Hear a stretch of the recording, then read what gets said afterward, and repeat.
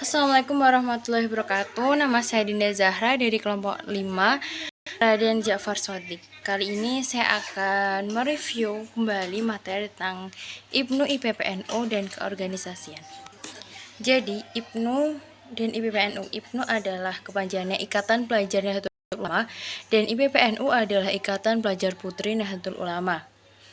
IPNU IPPNU merupakan organisasi badan otonom Nahdlatul Ulama yang tidak dapat terpisahkan dari organisasi kemasyarakatan pemuda. Terdapat 3 aspek yang melatar belakangi berdirinya IPNU IPPNU. Yang pertama yaitu aspek ideologis. Aspek ini adalah negara Indonesia yang mayoritas berlandaskan Ahlus Sunnah wal Jamaah, sehingga untuk melestarikannya perlu dipersiapkan kader-kader yang nantinya sebagai penerus perjuangan NU tersebut. Yang kedua yaitu aspek yang adanya keinginan untuk menjembatani kesenjangan antara pelajar dan santri serta mahasiswa di pendidikan umum. Yang ketiga yaitu aspek sosiologis. Aspek sosiologis yaitu adanya persamaan tujuan, kesadaran, dan keikhlasan pentingnya suatu wadah pembinaan bagi generasi penerus para ulama dan penerus perjuangan bangsa. IPNU didirikan pada tanggal 24 Februari 1954 Masehi atau lebih tepatnya 20 Jumadil Akhir 1373 di Semarang oleh Muhammad Tholhah Mansur dan kawan-kawannya. Sedangkan IPPNU berdiri pada tanggal 2 Maret 1955 atau 8 Rajab 1374 di Malang yang didirikan oleh Ibu almarhumah Umroh Mahfudzoh dan kawan-kawannya. Yang selanjutnya tujuan. Apa sih tujuan didirikannya IPNU IPPNU ini? Yaitu untuk supaya terbentuknya pelajar bangsa yang bertakwa kepada Allah Subhanahu wa Ta'ala, berilmu, berakhlak mulia, dan berwawasan kebangsaan, serta dapat bertanggung jawab yang berlandaskan Ahlus Sunnah wal Jamaah. Yang poin yang terakhir yaitu apa sih fungsi IPNU dan IPPNU? Fungsi di sini saya akan menjelaskan ada 3 fungsi. Yang pertama sebagai wadah perjuangan, yang kedua wadah komunikasi, yang ketiga yaitu wadah kaderisasi. Yang pertama wadah perjuangan yaitu sebagai wadah kita untuk berjuang sebagai pelajar Nahdlatul Ulama untuk melestarikan ajaran Ahlus Sunnah wal Jamaah dan meneruskan perjuangan tokoh-tokoh terdahulu. Yang kedua yaitu sebagai wadah komunikasi. Organisasi sebuah wadah komunikasi dan sastra IPNU IPPNU adalah sebuah organisasi yang dimana di dalamnya kita dapat mengasah kemampuan berkomunikasi kita. Yang terakhir yaitu wadah kaderisasi. Tidak bisa dihindarkan bahwa setiap organisasi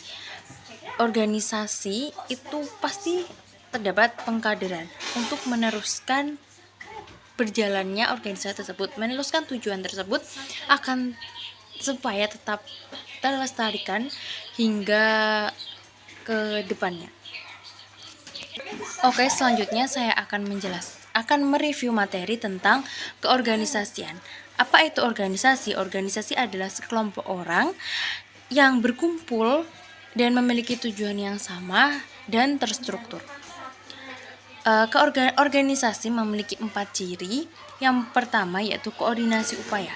Jadi dalam sebuah organisasi pasti terjadi adanya sebuah koordinasi antara sesama anggota maupun konsultasi dari bawahan ke atasan.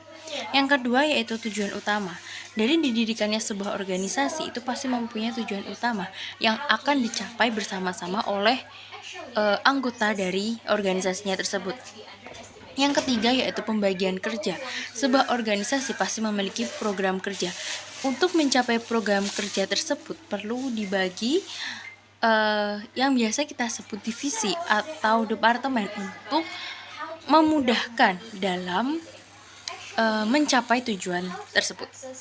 Yang keempat yaitu hierarki otoritas. Yang dimaksud hierarki otoritas adalah sebuah kepemimpinan yang dipegang oleh satu penguasa yaitu pemimpin.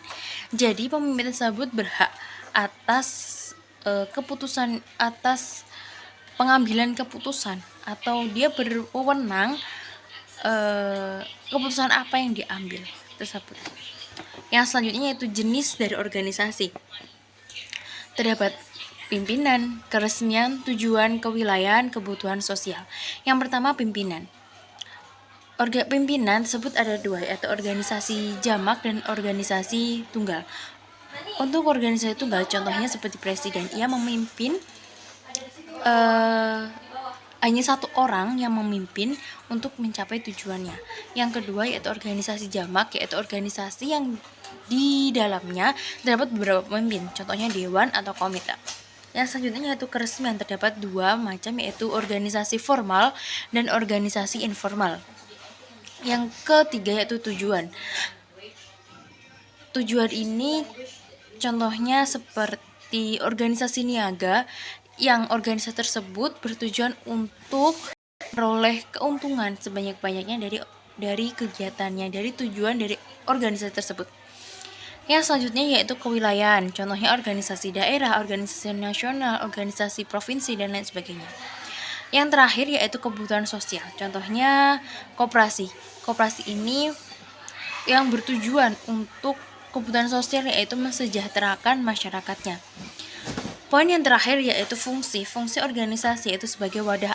Yang pertama sebagai wadah aspirasi, yaitu sebagai wadah untuk menampung aspirasi anggotanya, untuk menampung aspirasi masyarakat, dan bisa diwujudkan melalui organisasi tersebut.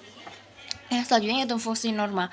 Fungsi norma organisasi yaitu sebagai aktor dalam menerapkan nilai-nilai yang terdapat di dalamnya. Yang selanjutnya yaitu rekrutmen, yaitu sebagai perekrutan atau pengambilan anggota baru untuk masuk ke dalam organisasi tersebut. Yang terakhir yaitu sosialisasi, yaitu organisasi untuk mentransfer nilai-nilai apa yang ada di dalamnya kepada anggotanya. Terima kasih, mungkin cukup sekian review dari saya, dan wassalamualaikum warahmatullahi wabarakatuh.